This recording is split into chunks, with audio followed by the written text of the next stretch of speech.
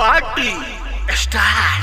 Happy new year oh my dear singing by Dharmendra Nirmaliya and Niku Nirala Kanchan Ibrahimpur मां Gayatri recording studio.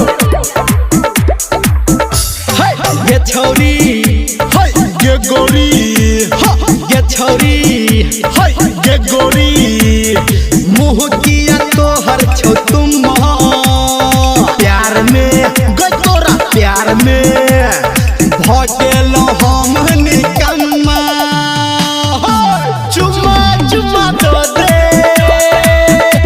चुम्मा चुम्मा दो दे चुम्मा चुम्मा चुम्मा दो दे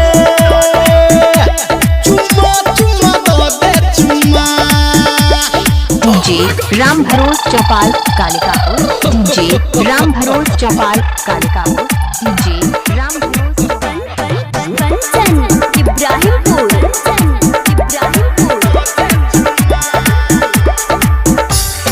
चढ़ल नया नया अखन साल छे तोरा लेल दिल ई बेहाल छे कर जा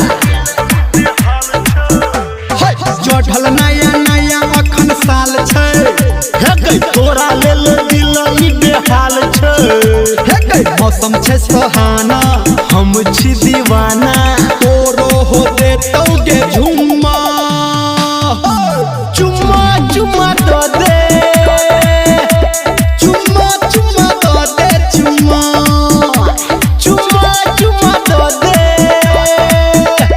चुम्मा चुम्मा दो दे चुम्मा।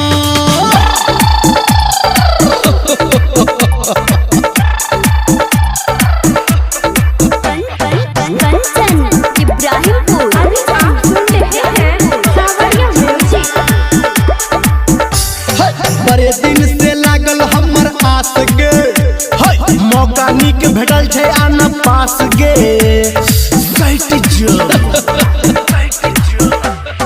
बड़े दिन से लागल हमर आस गे मौका निक भेटल छे आना पास गे कहो निर्मलिया निकू निराला राइटर बादल भके घुमा चुम्मा चुम्मा दो दे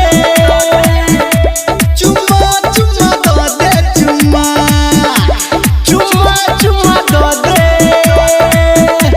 चुम्मा चुम्मा दो दे चुम्मा।